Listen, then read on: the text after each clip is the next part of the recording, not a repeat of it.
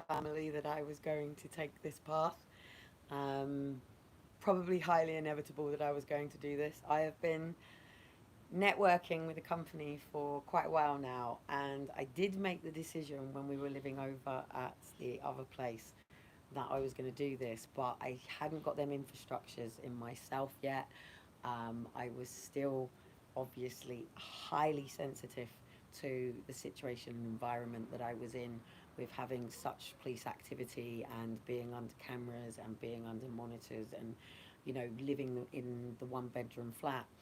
That, and also there was a deposit to pay for my course, and I thought I can't do that. So basically every 18th I get paid by Universal Credits, and every stand of the month I'm trying to move further forward, and it's like a bit of a jigsaw puzzle, right?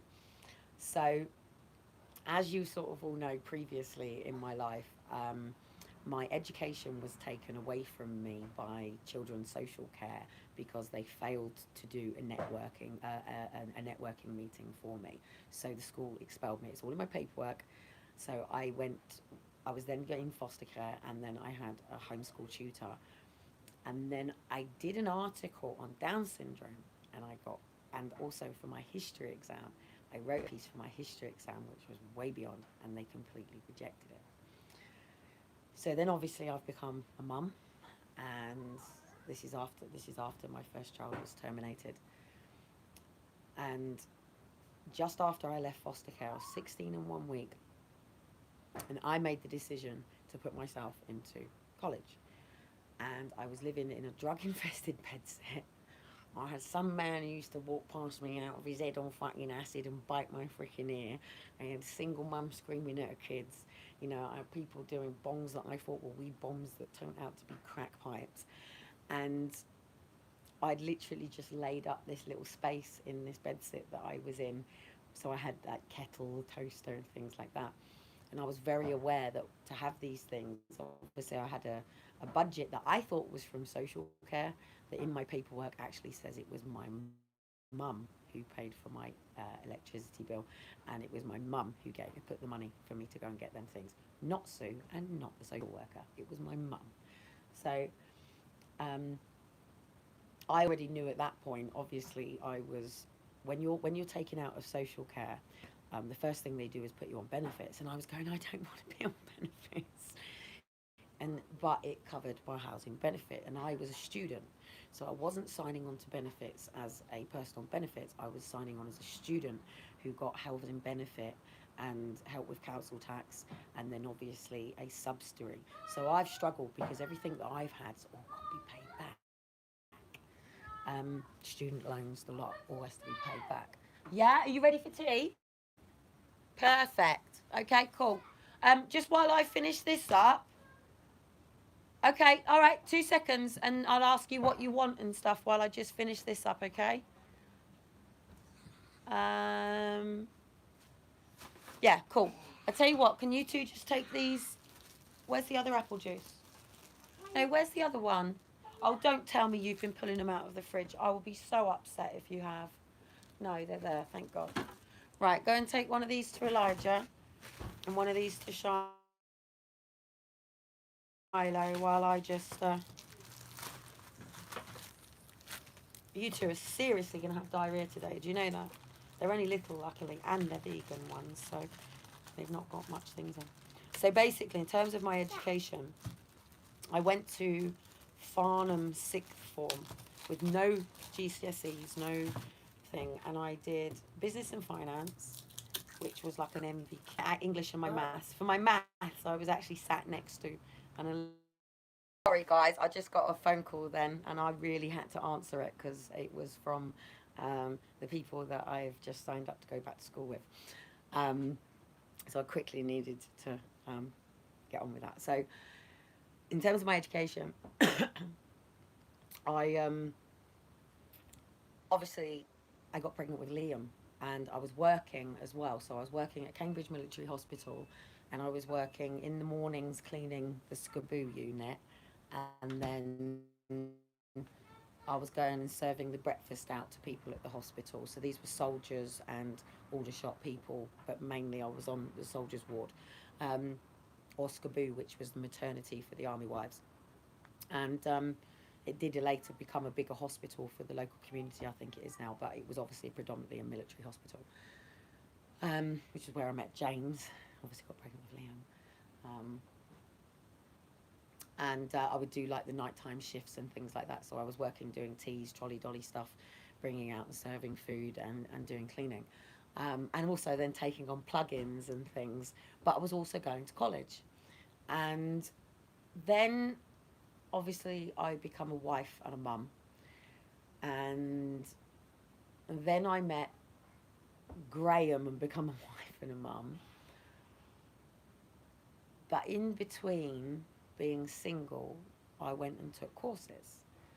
So when James and I separated, I went to back and did child psychology, counselling certificates, and psychology again. Why did I keep going down these subjects? I kept going down these subjects because I had complex trauma dealing with childhood sexual, physical, and emotional abuse, not by my mum or my father. My mother and father, unfortunately, didn't believe me, but I had been through these experiences. I was also dealing with an underlying condition that nobody knew what was going on, and lots of people not believing me, and a lot of gaslighting going on around me. A lot of people trying to tell me I was something that I wasn't. A lot of people telling me I was something that I would never be. And then nobody had any expectations of me. Nobody had any hopes or dreams of me other than for me to not be a teenage mother. And that was all I ever had projected on me as I was growing up. Nobody had any, like, you know, my mum Roisin said to me, before you decide anything, Kelly, when you leave school, go and be an air hostess, travel the world, see where you want to be, then make a decision what you want to do. All I knew is I wanted to get out from Heatherlands Estate, which was the council estate, and I wanted to go across the road to the private estate with the nice houses. That's all I knew. All I knew is I was going to get out of this place where you walk down the road and you don't know. And Headley Down wasn't too bad, but it was just different over the other side. I just always found it peaceful. The houses were nicer. Whenever I went to my friends, it was always easier. And you could sit down with their families and have teas, and they had more things to do. Like they went camping, or they had a caravan, or they had a camper van, or, you know, they went on holidays. And I didn't really have this. So I just wanted to be on the other side of the river. So I wanted to be self-efficient. My dad always was. My dad owned his own home, and my mum, they weren't on benefits. My family were in council, which they brought, but they were never on benefits. My mum has never in her life ever been on benefits. And I took, then obviously, of course, I met Graham, and it all stopped again, and then I went into youth work. So while we were in Northern Ireland, I went into Northern Ireland Forces Youth and Community Service, and I worked there. And I nagged social services for me to please do all of these courses that they had for all of these parents that us people weren't allowed, and they let me. So I was allowed to go and spend a couple of weeks to do, like, I think what you sort of all know as parenting courses and things. And I was like, please let me go and do these things. They were like, but you're not, it's for this sort of people. And it was like, well, I'm a teenage mum, I'm a new mum, I want to learn everything that I can. So I was like doing all these reading things and stuff. So I qualified in obviously netball coaching, football coaching. Um, I played netball as well. So, and then I me and Graham argued once we got to Ireland, once we got back to England, because he wanted me to be staying at home, and I'm thinking, well, the kids are getting older at school, and once the kids get older, so I was one of these mums that, like, you know, I was dropping my kids off at school and then twiddling my thumbs and just going to the gym, and it was like, I didn't have kids to do this. I didn't have kids to drop them off with other people, not know what they've done during the day, what they're being taught, what's going on, to have to come back and ask them and get whether they had a good day or not. Yes, darling. Um, yes, you can. Only because you're getting away with. Oh, it's here. It's because I'd already done it for you. Sorry, Shiloh. You didn't bring your brothers through. Oh, you two look really cute there. It's nice when you're nice. Oh, I like it when you're all cute and nice to each other. Oh, don't get battleships out again. Where's the box? Oh, now the pegs are going to be everywhere.